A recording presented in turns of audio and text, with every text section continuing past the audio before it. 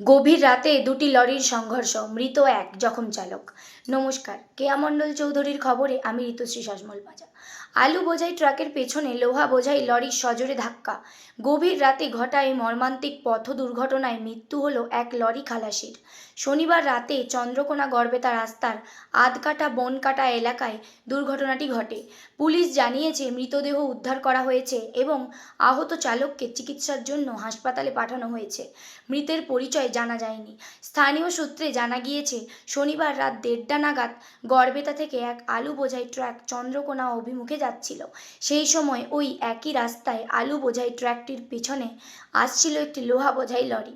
প্রত্যক্ষদর্শীদের অনুমান, লোহা বোঝাই লরিটি অত্যন্ত দ্রুত গতিতে থাকার কারণে নিয়ন্ত্রণ হারিয়ে ফেলে এবং সামনের আলু বোঝাই ট্রাকটির পেছনে সজোরে ধাক্কা মারে। সংঘর্ষের তীব্রতা এতটাই বেশি ছিল যে বিকট শব্দে কেঁপে ওঠে গোটা এলাকা। গভীর ঘুমে মগ্ন স্থানীয় বাসিন্দারা সেই শব্দ শুনে ঘর ছেড়ে বেরিয়ে আসেন। ঘটনাস্থলে এসে বাসিন্দারা দেখেন, পেছনের লোহা বোঝাই লরিটির সামনের অংশ অর্থাৎ কেবিনটি কার্যত দুমড়ে মুচড়ে পেশাই হয়ে গিয়েছে। সেই দুমড়ানো কেবিনের ভেতরেই আটকে পড়েন লরির চালক ও খালাসি।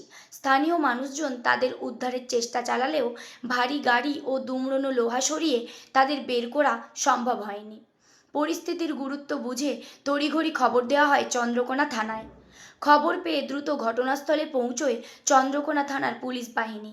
পুলিশ ও স্থানীয়দের দীর্ঘ প্রচেষ্টায় শেষ পর্যন্ত লরির কেবিন কেটে চালক ও খালাসিকে বাইরে বের করে আনা হয়।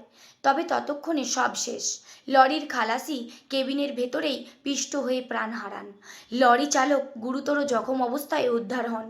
পুলিশ রাতেই মৃতদেহটি উদ্ধার করে ময়না তদন্তের জন্য পাঠিয়েছেন। ঘাতক গাড়ি দুটির উদ্ধার করে ঘটনার তদন্ত শুরু করেছে পুলিশ। গভীর রাতে কুয়াশা নাকি অন্য কোনো যান্ত্রিক ত্রুটির কারণে এই দুর্ঘটনা, তা খতিয়ে দেখা হচ্ছে। নমস্কার।